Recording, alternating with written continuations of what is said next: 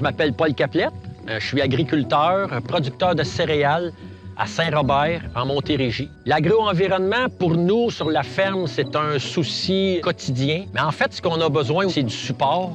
Moi, comme agriculteur, je me dis, je suis un agriculteur d'ici, qui produit des aliments pour les gens d'ici, mais qui, en même temps, ça répond aux soucis et aux désirs que les gens d'ici veulent comme système agricole. Tout ce qui se fait ici, au Québec, que je fais sur mes terres avec mon frère, ma mère et nos employés, bien, indirectement, ça va bénéficier à tout l'ensemble de la population parce qu'on va avoir une qualité de l'eau qui va être meilleure, une meilleure biodiversité, une production qui répond aux normes que les gens veulent. Juste pour vous donner une petite idée de ce qu'on fait sur la ferme, en 2006, on réussissait à nourrir, à combler les besoins alimentaires de 10 000 citoyens.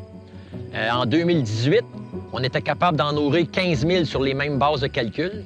Puis en faisant ça, bien, on a réussi le tour de force de réduire nos gaz à effet de serre de 32 %. On a réduit l'usage de nos pesticides de plus de 35 %, tout en occupant, en aménageant nos 15 km de bande riveraine. Ça prend beaucoup de travail, mais aussi ça nous prend... oui, on aime ça se faire dire qu'on a fait des bonnes choses, de se faire...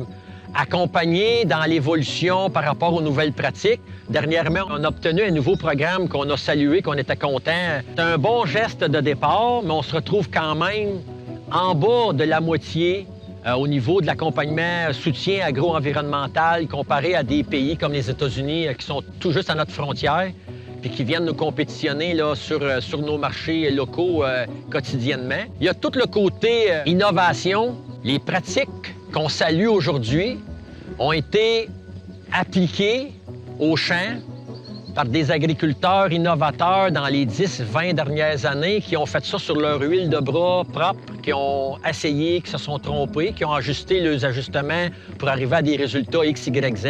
Il y aura une façon, me semble, de soutenir les agriculteurs qui sont en innovation, qui sont en train, dans le fond, aujourd'hui, de créer l'agriculture de dans 5, dans 10 ans. Il faut reconnaître les agriculteurs qui sont en innovation. Il y a des petites affaires qui nous irritent. Tu sais, le côté remise en culture des terres, quand c'est des terres qui sont bonnes, qui sont bien aménagées, on ne devrait pas être restreint au niveau là, des superficies cultivables, avec l'étalement urbain aussi qui nous en mange un bout de terre à toutes les années. Même si on y va à 6 blocs, ça finit par nous enlever des terres. Des fois, on a quasiment mal au cœur quand on arrive proche de certaines villes qu'on voit agrandir sur des belles terres agricoles, des jardins du Québec, qu'on bétonne. Je pense qu'il y a quelque chose à faire à ce niveau-là. Au niveau agro-environnement, si on veut que les gens, au niveau du champ, en fassent plus, il y a déjà plein d'agriculteurs qui en font déjà plus que la réglementation. Ça, c'est prouvé. On en voit de plus en plus, dont nous autres mêmes, on fait partie.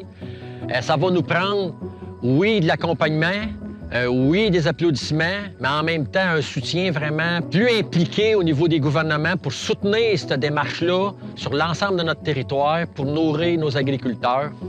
Si vous voulez en connaître plus sur les enjeux agricoles au niveau de la campagne électorale, je vous invite à visiter le site web de l'UPA.